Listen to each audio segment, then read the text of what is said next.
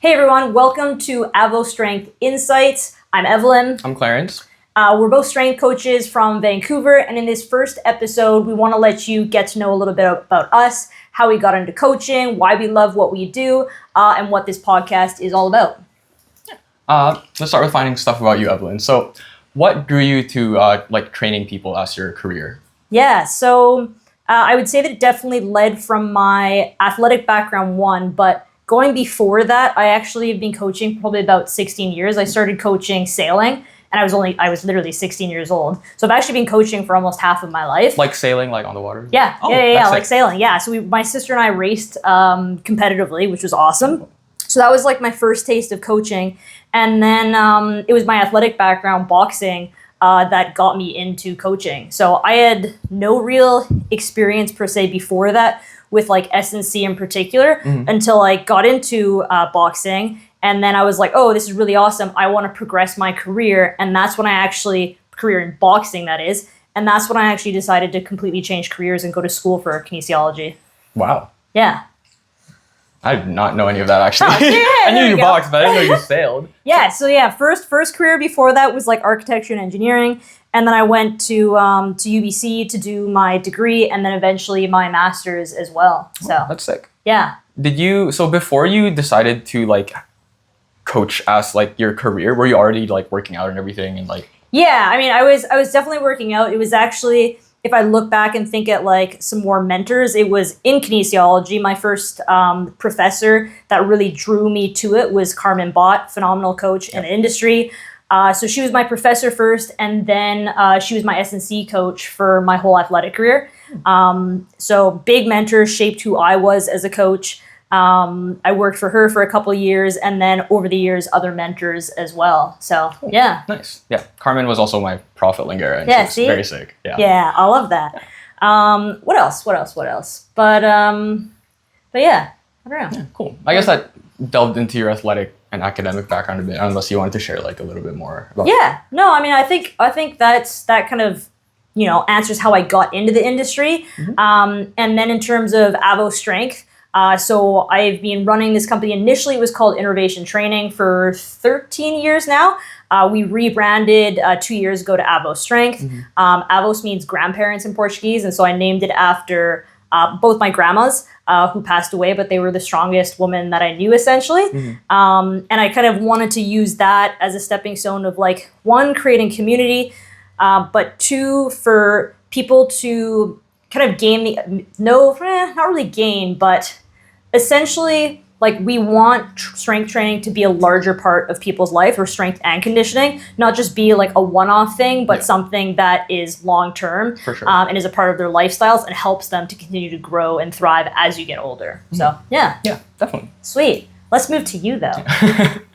So what about you? How did you get into coaching? Well, I was initially in school for psychology, and then I wanted to become a therapist, but then I did not like psychology.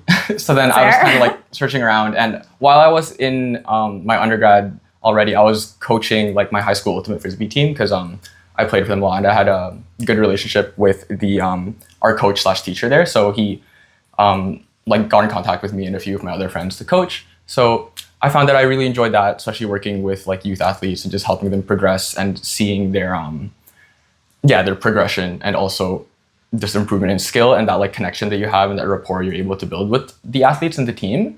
And then I switched into my kinesiology major once I realized like, oh, hey, I really do enjoy this coaching, and I also like enjoy working out just on my own. So it's like, I'll learn about it, see if I can combine my passions and my academics.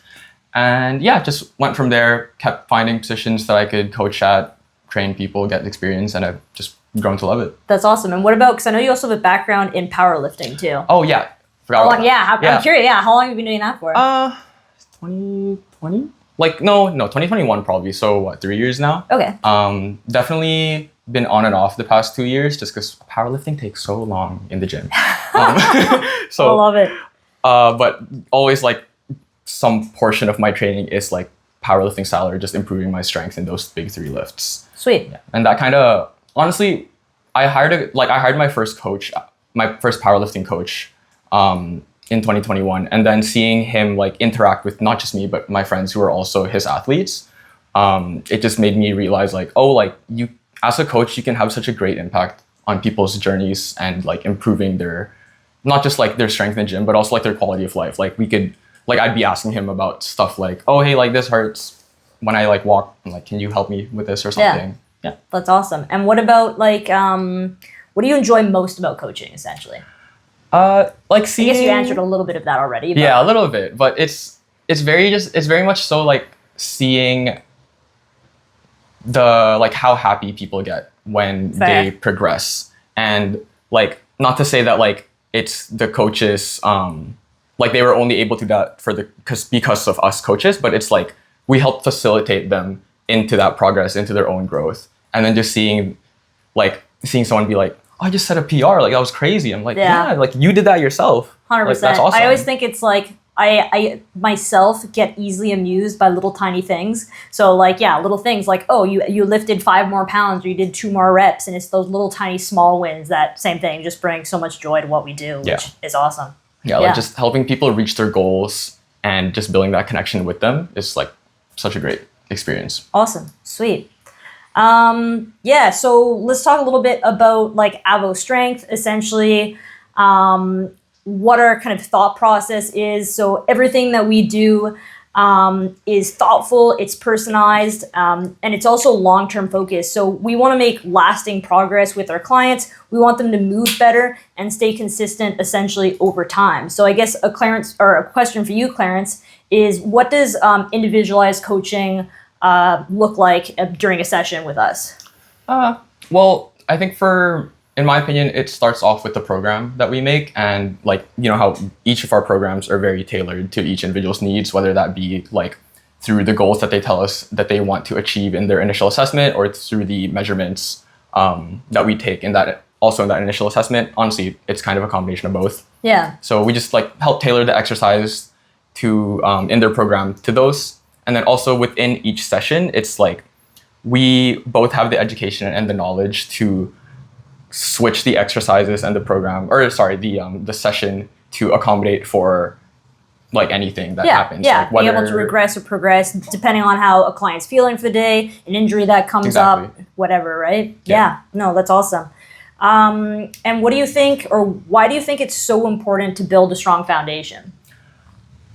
Well, if you don't have a strong foundation, like everything else that you build on top is just going to fall down, right? Fair. So I think just getting the basics down, especially like in lifting, like I know we filmed that reel about how to stay stacked and everything like that. Just getting those specific basics down are just going to set you up for such a more, not just efficient, but like just better journey overall in your like own lifting and in your own fitness. Yeah. But I have like a small point to make about that too. It's kind of interesting as a younger coach, and this is some of the things that I've also learned over the years, is sometimes depending on the client you're working with, sometimes, and I have made this mistake as a coach before, where you get somebody that's really athletic, maybe an athlete, and it's not to say that you necessarily skipped the basics, but you make these assumptions that, oh, like they can move really well, so we'll move into a slightly more advanced exercise. But making sure that you lay that foundation, a lot of like lower body, lower level, like core stuff initially to begin with. It is, from my experience, it's crazy the number of high level athletes that have what I deem as like an energy leak essentially. So like certain areas that usually within like core and midline stability and getting stacked, that are things that were often overlooked. And yeah, to your point, that's why it's really important that we build that foundation and not overlook those things. Yeah. So, yeah. I mean, with even just like elite level athletes, they don't necessarily all have a strength and conditioning background, or they've never been in that gym space. Like an athlete can be like amazing at their sport, but you know, once you put them in the gym, they're like, oh, I actually don't know what to do. But it's just because they've never been there. Fair. So us being able to teach them 100%. The foundations. Yeah, and I always say like strength is a skill. Just like you're good at your sport, whether it's, you know, hockey, tennis, whatever, strength in the weight room and understanding the movements needs to be learned as well. Yeah. So yeah. Sweet. What else? So we'll talk a little bit about why we wanted to create this podcast. So we want to create kind of like short, real conversations about training, about our experiences, movement, and essentially building strength that actually supports your life is kind of encapsulates why we wanted to create this podcast. Yeah, definitely. Like I will be trying to keep it around like 10 to 20 minutes, covering like just a vast array of different topics depending on the week. And you guys can leave comments if you want us to leave comments. Yeah, cover a certain topic. Totally. And usually it will be just the two of us, right? But then we'll try to like find certain coaches. For the most part, it'll be the two of us. There'll be an odd occasion where maybe we bring in another strength coach or somebody else in the industry that we respect, or like a movement practitioner, that type of thing. But we essentially want to create something that's useful for you. Walk away with a little something, whether you're a novice lifter or somebody that's more experienced. Give you something that you can walk away with and maybe think a little bit different. So yeah, sweet. So that's a little bit about us, kind of our background, why we started Avos, why we coach. Let's talk about the next episode. Yeah, so the next episode we'll be diving into one of the biggest myths in training, which is no pain, no gain. And that's very much like kind of a belief that's like held by like the old guard of coaches. 100%. Yeah, I think it was like something in like the 80s, like bodybuilding was really strong then, but you still hear it today. So. Yeah, exactly. Yeah, so we're going to try to cover why that phrase is kind of outdated and where the science is now and what progress actually looks like and how to go about achieving your goals. Awesome. So yeah, thanks for listening, and we'll see you next episode.